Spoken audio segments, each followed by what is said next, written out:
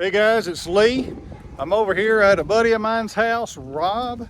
He lives about 10 miles down the road from me, and he is the guy, you know, like one of the last videos you saw were at the tractor show, the local tractor show. Well, this is the organizer of it. So we do 2 of them a year at Authentic Coffee here in Middle Tennessee.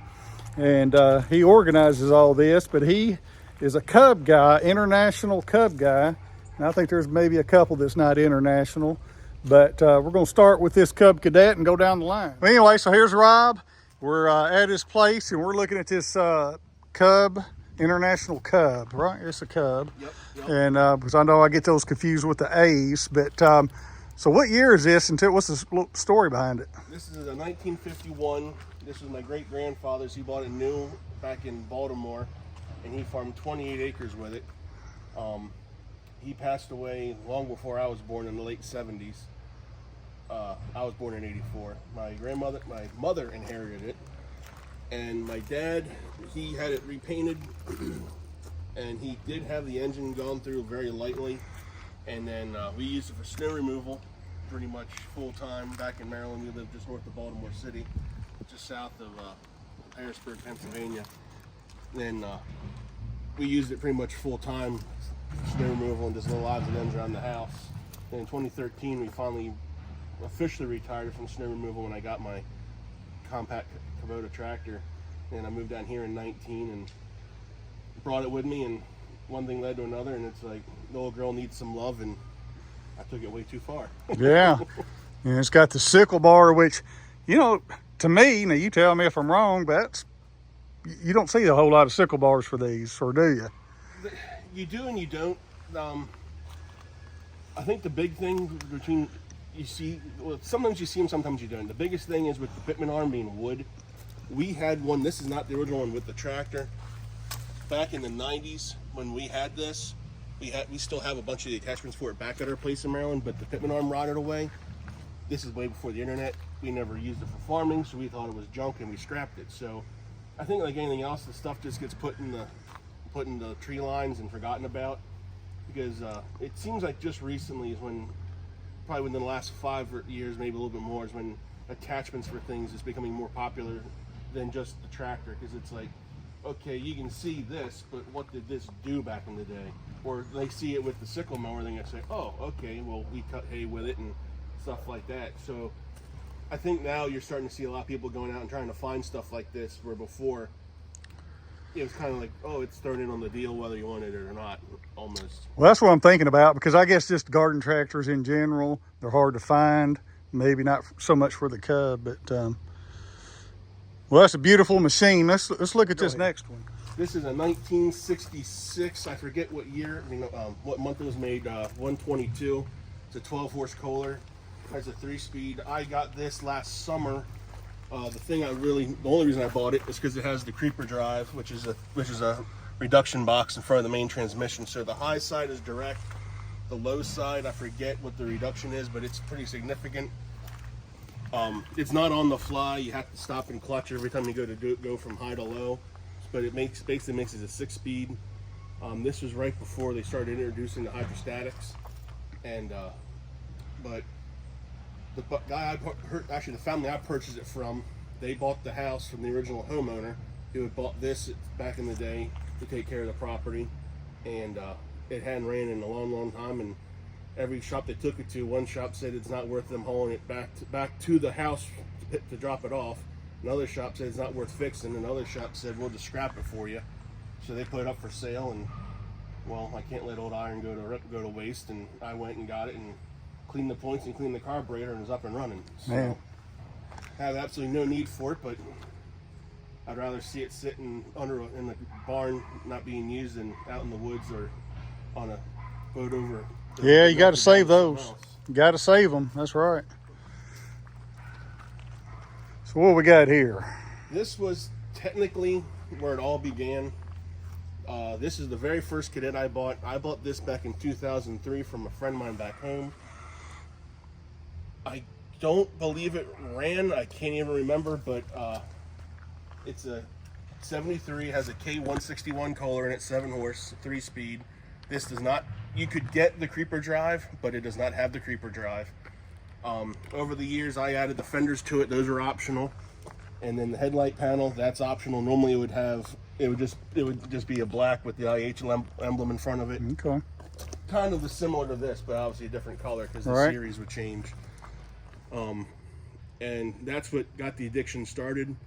Just used it for little odds and ends around the house. I had a 38-inch mower deck for it, and I would just play out in the leaves and stuff. And 20 years later, it's still here, and now it's just a butt buggy. It's a retirement life. It gets used maybe an hour a year. I'll take it to shows. I can take it to the Christmas parades. So very cool. All right, what we got here? 106. This is a 1971 Cub Cadet 106. It's a 10-horse Kohler. Same thing, 3-speed transmission. It also could have the optional creeper drive. It does not. I got this for free from a guy in West Nashville. The posting says free until Sunday evening, and then it's going to scrap. I went to the guy's house. He literally disappeared into the woods with a winch cable, and he started winching it out. The tires were completely destroyed. The thing hadn't ran in so long that the engine pulley had the bottom third completely rusted off. And I brought it home. The starter generator was locked up. The engine was locked up. The clutch was locked up. I got everything freed up, got the starter generator working. I got it running in about 4 hours. I washed it real good and everything, cleaned up, serviced it. I took the tires off the 73 temporarily to put on this, to use it, just to run it around to make sure it's worth putting money and effort into it. And then after 1 year of, one summer of playing with it, I went and got all the tires from all four that you see here on it. And that thing is just the most reliable thing I've ever had. I mean, that's cool. She's tired. I mean, she smokes a little bit, but I mean, it can sit out here for 6 months. You turn the key and it fires right up. It's just. And it was free. Yeah. All right. So this is one that maybe is not international. Is that right? Correct. This is right during the buyout time. Actually, at this point, it was a little after the buyout. This was when International had sold the Cub Cadet line, and I believe it made its own company called Cub Cadet Corporation, hence the triple C on the emblems. They still utilized a lot of the International design, but this is when they started going to more, they started spreading apart from International within reason. The first series you see here are called narrow frames, because the frames of the front and back are all the same width. Right. These later ones are called wide frames. You can see where the frame spreads in the front. Right. That's because they started getting to the bigger engines and they needed bigger mounting plates. This has a 17-horse KT17 Kohler. This is a Series 2, which is pressure lubricated. The first generation was splash lubrication. There's nothing wrong with those engines, but what would happen is people wouldn't check the oil in them. They'd start running on the hillsides, and then they would start slinging rods through the block. A lot of people to this day say, "Oh, if you see a Series 1, get rid of it. It's junk." If it's lasted this long, it's just fine. It's like anything else. You just have to check the oil in these things and keep them going. The 17 means 17 horse. The 12 means it has 2 hydraulics. It has hydraulic deck lift, which is this lever here. Okay. Then the second lever, which is this one, is the auxiliary ports in the front. Oh, okay. So you could have a 54-inch power angle snowplow. They had 2 other versions of the same tractor, a 1711 and a 1710. The only difference was an 11 just had the deck lift, and a 10 had no hydraulics. It had the manual lift. It would have the bar that you'd see. Okay. All right. So what we got here? 782D. This is a Kubota D600 3-cylinder diesel. It was the very first diesel that not International, but Cub Cadet Corporation made. And I said this was made right at the buyout time. So from what I understand, if you went to an International dealer, this is what you would get. If you were looking at a garden tractor with a diesel, if you went to a Cub Cadet dealer, the next model you would look at on the video would be what you would get. The diesels were these were more or less the top of the line, so they had the hydraulic lift for the deck.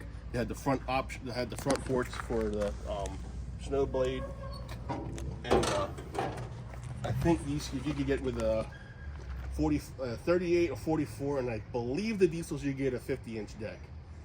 I believe. I know they would all mount the same, but I don't know if they offered a 50-inch with the diesels. Hey, if you like videos like these, subscribe to Murphy Mowers. Yep.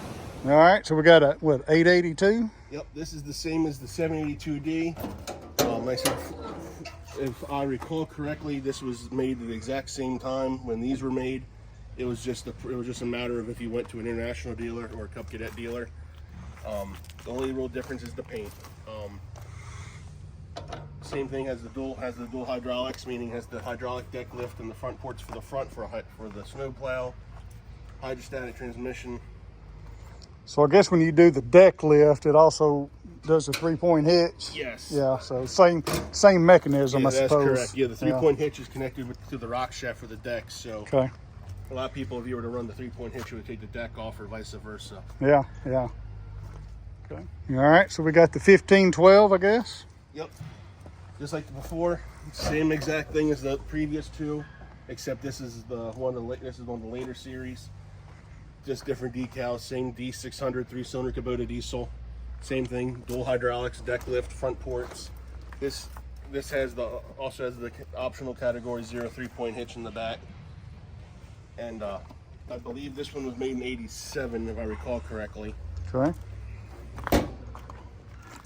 And here we got the Beast. Now, that's what I call it, but I don't know what Rob calls it, but this is a cool machine. So tell us about this one. This is a 1993 Cub Cadet 1782. It's the very last model diesel they sold. It has a D640. This is 17 horse, 3-cylinder Kubota diesel. This is considered a super. So pretty much the tires are bigger. The frame, if you look at the transmission tunnel from here to here, it's longer, so they pretty much stretch the frame in that area, more or less. It even has dual brakes. I didn't notice that. Yep. Yeah. Now, when they went, this is considered a Cyclops series because it has 2 headlights, but it's behind one plastic panel. Okay. Now, back when they started making these is when things got really bizarre, because some models would have front hydraulics, some wouldn't. It was more of an option. It wasn't standard that the higher end models would have them. The biggest thing these things have issues with is because when these would come out, when they had a 60-inch deck, the frames, there's only 6 bolts to hold the rear axle to the frame. The bolts would come loose, and then the rear end would tear the threads out. And it's got disc brakes. I see discs back here that I don't normally see. That is correct, yes. Pretty much only a couple of them had wet internal disc brakes. Most of them always had external brakes. But yes. Now this one, I redid the rear end on. Now this one has a CV drive shaft, which is considered like ultimate drive shaft on these. A lot of people do these conversion kits on the older models instead of the rag joints. But they were saying before with the rear axle, the biggest problem with these is when you start working them real hard, the bolts get loose, they'll rip the threads out, they'll crack the cases. Well, this is what happened with this one when I bought it. This thing had led a really hard life. The tubes were cracked, it was just destroyed. So internally, the dimensions are the same from the old cast iron rear axles to the aluminum rear axles. The only difference is externally, they're offset slightly. So I got a cast iron case, I swapped all the original guts into this cast iron case. A friend of mine milled down one of the original axle tubes that's aluminum to the length of the narrow cast iron tube, and I put it in there. So it's a hybrid of sorts, but now it's got the bigger axles, it's got the best of everything that you could have on it. And as it sits without me on it, it's 1,300 pounds. I have the tires filled with fluid. I have the barbells in the front for when I pull my chain drag through the pastures. And the thing is, it's impressive what this thing can do for what it is. It's definitely my go-to. So the one that's on Marketplace, is it? You saying this is the same as this one? Yes, the man, I need to look at that. 2182 that you were telling me about is the same as this, except that was the 3-cylinder Kubota gas engine. Oh, it's gas. Okay, the other one's gas. Well, I don't know anything about diesel, so gas is probably better for me. So I love this one. This one and the Cub down there on the end are my two favorite for sure. Yeah, they're definitely, this thing, it's impressive. Like I said, these things were not cheap back in the day. Which is the price, they pretty much price themselves out of the market, and then the compact tractors from Kubota and John Deere and all, pretty much is what killed the garden tractor lineup, because in 1993, this tractor, as you see it, with no deck, no 3-point hitch, just the bare tractor, was almost $11,000. It's like you could buy a tractor for that. You could buy a Ford Ranger or S10. Yeah. You could buy a full size pickup truck for that. So yeah, I mean, there was a fair amount of them sold, but it was definitely a very niche market because. I mean, like you said, if you had that kind of money laying around for one of these, you were going to buy an older farm tractor and actually farm, or get more money than sense, I guess. All right. All right. So the last international. Well, hang on. Is it international? Yeah, international McCormick. Yeah. So what's the story behind this beast? This is a 1954 Farmall Super MTA. So it was a 1 year only. It's pretty much, for the sake of discussion, it's a Farmall 400. Okay.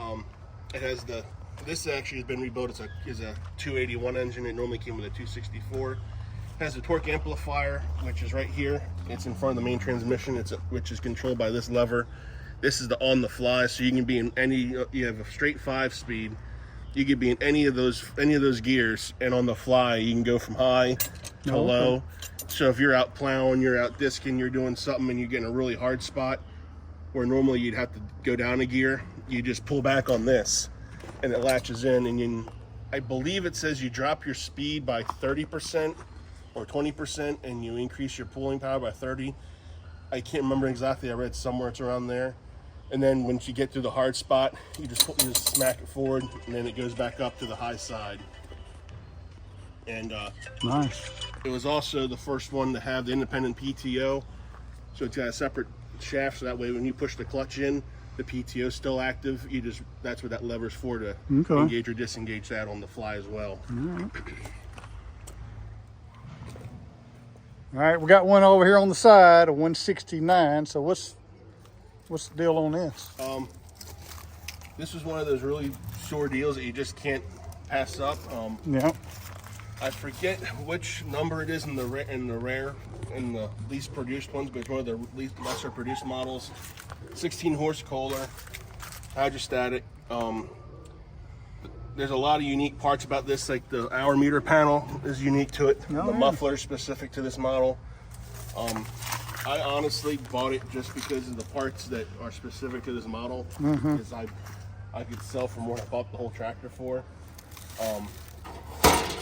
What my intentions are with it, I do not know yet, but I'll at least get the thing running and see if it moves and drives and proceed from there. Well, yeah. But yeah, it's in the process. And it's good at growing moss. Yes. It's slowly returning back to Mother Nature. Yeah, well, that's going to be a good project. So that's not a priority though, is it, or is it? It's one of the. It's a project after my maintenance projects are done. Yeah. When you get to it. Yeah. All right. So we're finished looking at the Cub. So we're back here going to look at some implements. He's got a Kubota to do his daily work. And we got some implements for these things. So these are the international Cub implements. Is this what we're talking about? These are used behind the cadets. Okay. Yeah. So what we got? So I have a 4-foot York rake. I use this for grading the driveway. Okay. Cleaning up the riding ring that my boarders use. Okay. Just breaking everything up. Right. That's the snow plow that I can put on either of the 782D, the 882, the 1512, or the 1712. Okay. This is the broadcast spreader I use when I put fertilizer down. Wow. Yeah. For fertilizing the pastures and everything. Yeah. And obviously, you have to have your garden cart. Right. You got a deck back there for one, or it probably fits multiple ones. Yeah. That's a deck I rebuilt years ago, and it's solid. It's real solid and really good shape. So yeah. that came with the 782D. I've used it after I got it going just to make sure everything worked on it, and then I just kept it in storage because I don't want it to rot out. Yeah. So. And then Very I have cool. the 40-gallon sprayer that I use behind. Pretty much the 1712 I use this. Said same thing for keeping the weeds at bay on the pastures. So you got all the stuff. Spraying. Got all the cool stuff. Manure spreader, I assume. Yep, manure spreader for obviously the horses, and Yep. I use this behind the 1782. I'll hook it up, and then I use the Kubota to load it from the manure pit. Right. And so this is a sickle that you use on the Kubota? correct. Yeah, okay. And that's a category 1, I guess, Yes. is what the Kubota is? That's correct. That's a category 1. This is a 5-foot Haven sickle mower, Yeah. which Haven also made category 0 sickle mowers for the back of the Cub Cadets, and then they also made sickle mowers for the regular Cub Cadets that would go on the mount, pretty much like the Cubs do, and mount between the front and back tires. Yeah. And they were 4-foot models. Very cool. Got some nice stuff out here. Yeah, it definitely makes taking care of the property a whole lot easier. So I mean, having the Kubota makes it nice, but honestly, unless it comes to lifting stuff up, I don't use it a whole lot. It's the garden tractors do everything. We need to get you, well, you got a front end loader on the Kubota. So, Mm-hmm. yeah, so you're good there. Yeah, that doesn't lift it than the skid loader does. So Right, right. found the skid loader for sale locally. It's been a love-hate relationship. All the stuff that you don't want to have broke, but I only use it maybe 10 hours a year, if that. Oh, maybe. yeah. Mm-hmm. I used it a lot when I first got the property. We did a lot of tree removal and a lot of regrading on things. Right.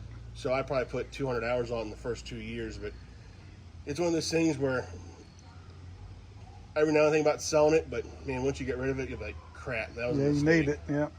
I mean, it can lift 4,000 pounds. It hit the retaining wall you see here and the manure pit. It moved all those blocks. It did all the yeah. grading for them. So I mean, it's definitely earned its keep over the 4 years I've owned it. Yeah, you'd be sorry if that was gone. All right, guys. Well, that's kind of the end of the Cubs here. And hey, Rob, appreciate you showing it to us and taking time out of your day to show us what you got. So, guys, if you have questions about these Cubs, I didn't ask Rob, but I'm sure he's okay with it. Is ask him in the comments, and I'll make sure he gets to see them if you have questions. And all right, we're out.